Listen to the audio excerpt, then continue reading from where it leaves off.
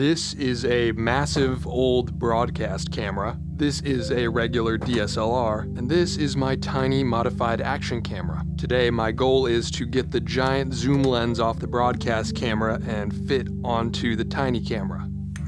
Believe it or not, this isn't just a goofy idea, there's a legitimate use case to this. I'll go into more detail on that later, but first we gotta figure out how the heck I'm putting this thing on a camera it's not supposed to go on. So actually there's 3 of these broadcast cameras that I can pick between the lenses on. Look how big the viewfinder is on this thing. That's the viewfinder. I got these 3 beasts on Facebook Marketplace. Huge shout out to Loveland Frogman from the Discord for sending me over the listing to these. If you aren't in our community Discord, by the way, check it out. A lot of nice people in there. I don't really have a use for these cameras at this point. I think I can turn the viewfinder into a mini CRT display later. The lenses themselves, though, this is where it gets interesting. They have a pretty long zoom range. This one is an 8 to 120 millimeter. For reference, the super zoom I shoot a lot of stuff on is an 18 to 200, and they're fully manual, no electronics, so I can put them on this modified action camera and the lens will still be fully operational. As long as I can get the lens mounted up at the exact right distance from the sensor it needs to be,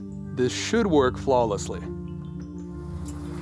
The typical way to adapt a lens like this would be to either buy an adapter, which you know I'm not going to do, or 3D print one mimicking the actual lens mount, which I actually already started on, but I want to try a different method that might be a bit more sturdy.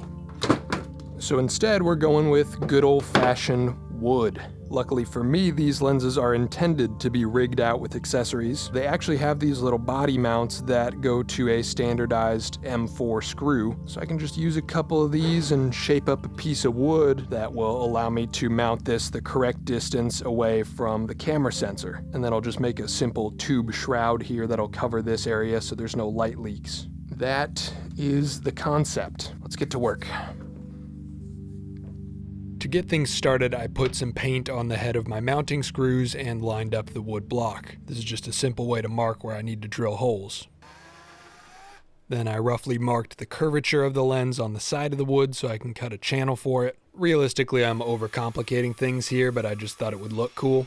I was going to cut this radius with my circular saw, and then I had another idea.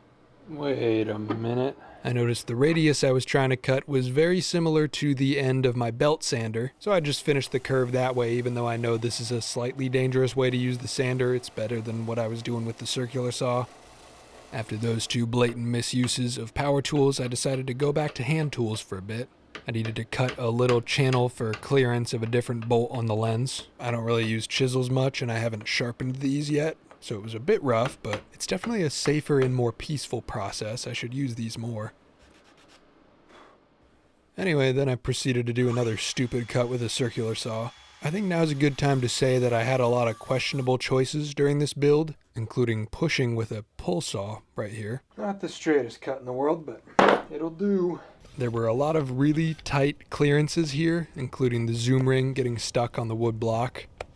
And to be honest, I was just a little sleep deprived and getting frustrated at that. It happens. I was being a little stubborn about my choice to do this out of wood instead of 3D printing. But I stuck to it, and as my weird adapter rail thing began to take shape, I started to think this solution might actually work, no matter how ugly it is. I never claimed to be a woodworker. I'm just a guy that makes stuff out of wood. And you know what? This is wood, and now it's stuff. As much as I build big old shelves out of 2x4s and scrap wood, I'm really not a woodworker at all in this sense. I've always just kind of gotten by brute forcing everything with Dremels and larger power tools, so I did have fun here trying to do some things the proper way with hand saws and chisels. Then after trimming down my mounting bolts to length and drilling some holes for the heads to seat down into, I now had a nice piece of wood stuck to my lens with all the proper clearances for the controls. Now I just have to attach that to my camera. I do want to do one minor modification to this cage though. To keep everything in line with the lens, I want a mounting point directly under the sensor. To add this, I filled in a gap in the cage with some good old JB Weld steel stick. Not a sponsor, but if anybody from JB Weld is watching, please send me like a pallet of this stuff. Anyway, I grinded that down flat, then stuck a threaded insert in there and epoxied that in more. Then the excess of that threaded insert gets chopped off and the whole thing gets ground back down flat. I'm not sure how well this will hold up long term, but for now it seems plenty sturdy. Okay, at this point, what I have to show for is a centered mounting point on my action camera cage and a block of wood bolted to my lens. Getting to this point was more complicated than I thought it would be, just with all the tiny little clearances and tolerances, but I'm actually super happy with this thing now. Like, it does not move at all and everything functions completely perfectly. So that's the structural part. Now all I have to do is just figure out how far this specific camera has to be from this lens for it to focus properly, and I gotta get this pretty spot on. In theory, I could just go from this B4 mount to this micro four thirds mount, but this camera's modified and I don't know if this lens is calibrated right, so I'm just gonna kind of trial and error it.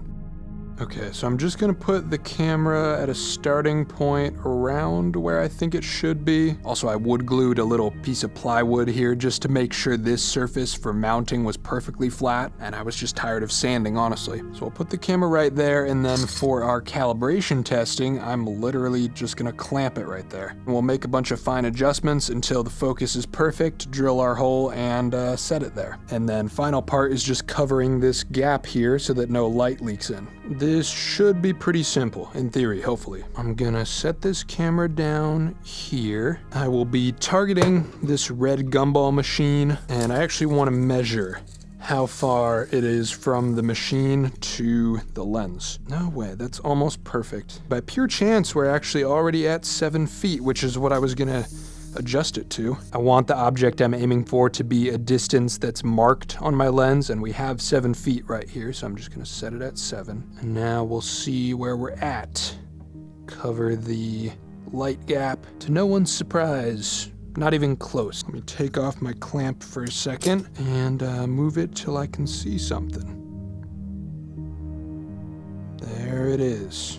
Right about there. And then I'm actually gonna review the footage on the computer, so we'll stick an SD card in. Okay, so I'm gonna record a clip, cover the light gap, and zoom, so we can test if it's actually staying in focus.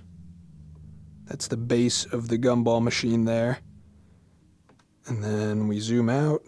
Okay, the footage was out of focus. This is my strategy now. I'm gonna zoom all the way in, pull focus, and then zoom out, and once I get a position where it's still in focus after zooming out, then we know we've got it perfect. This is the really cool thing about these specific lenses and why I wanted to put it on this camera. Normal zoom lenses, like the one you're looking at me through right now, when you zoom, the focus changes. On these old broadcast lenses, through the full range of the zoom, the focus stays exactly the same. It's called a parfocal zoom lens. This camera has always been very hard to focus because the screen is so small.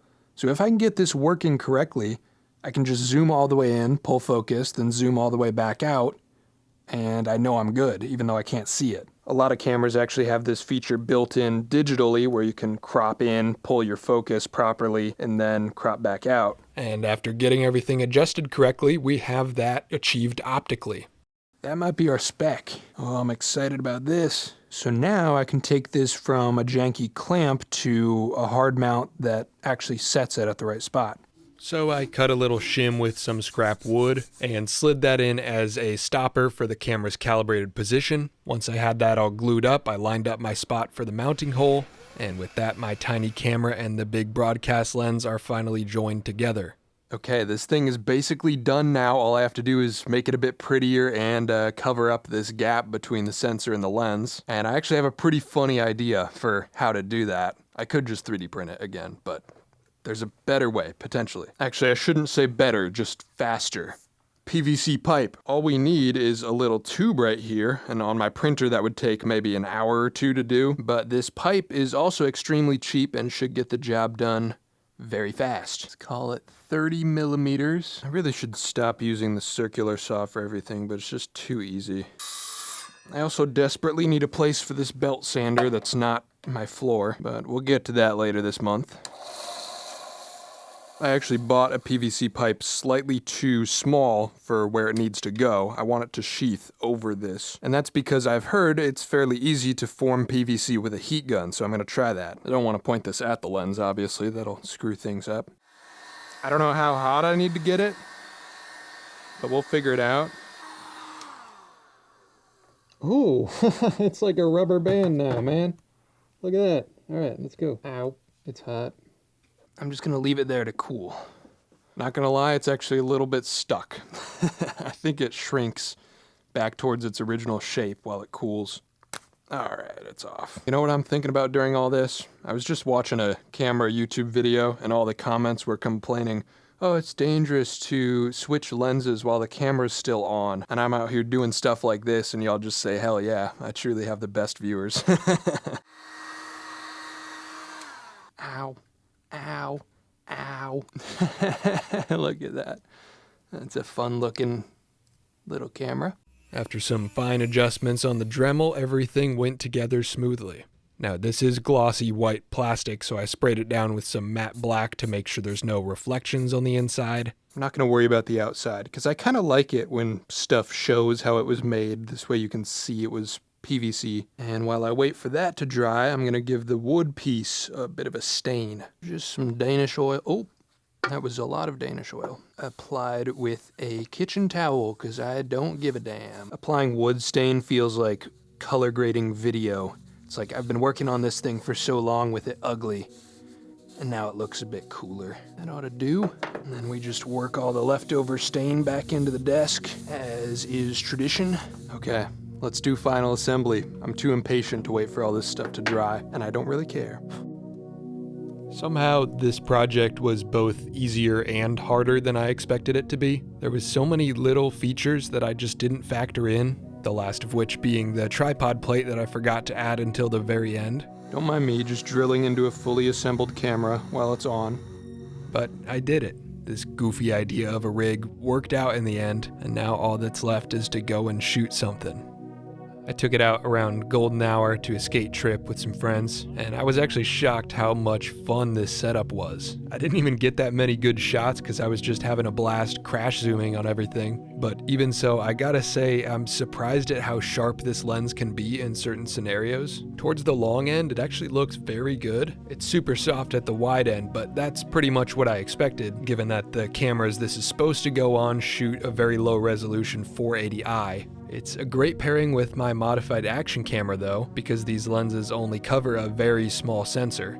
If you were using them on full frame, you'd hardly get an image at all, but with a 1-inch sensor, the coverage actually isn't too bad. Is it practical for anything? Not necessarily, but there's plenty of good cameras out there. I just want a fun one.